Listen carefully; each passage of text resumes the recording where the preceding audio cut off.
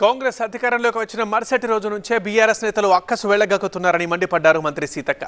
అధికారంలో ఉన్నప్పుడు ఉద్యోగాలు ఇవ్వకుండా ఇబ్బందులు పెట్టిన నాయకులే ఇప్పుడు ప్రగల్భాలు పలుకుతున్నారని విమర్శించారు.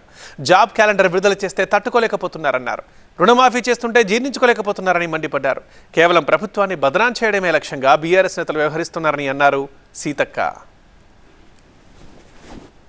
కాంగ్రెస్ పార్టీ అధికారంలోకి వచ్చిన తెల్లారి నుండే అధికారం పోయినటువంటి అక్కస్తోటి, వాళ్ళు ప్రజల కోసం కాదు మాట్లాడేది, అధికారం పోయినటువంటి అక్కస్తోటి నిన్నటిదాకా వాళ్ళే అధికారంలో ఉన్నారు.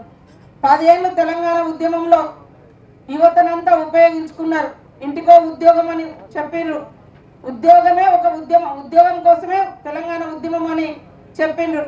కానీ 10 ఏళ్లలో ఉద్యోగాలు ఇవ్వలే, డిఎస్సి ఇవ్వలే, మరి గ్రూప్ 1 ఇవ్వలే, గ్రూప్ 2 ఇవ్వలే, నోటిఫికేషన్లే ఇవ్వలే.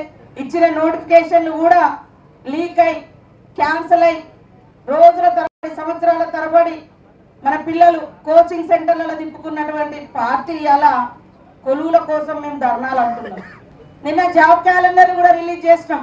తట్టుకోలేక ఇవాళ విమర్శల మీద విమర్శలు. నిన్నటిదాకా మీరే ఉన్నారు, ఉద్యోగాలు ఎవరైతే నోటిఫికేషన్లు ఇచ్చినా కూడా లీకేజ్ చేసి మరి అబాస్ పాలైనరు. ఇవాళ మనల్ని రకరకాలుగా విమర్శిస్తున్నారు.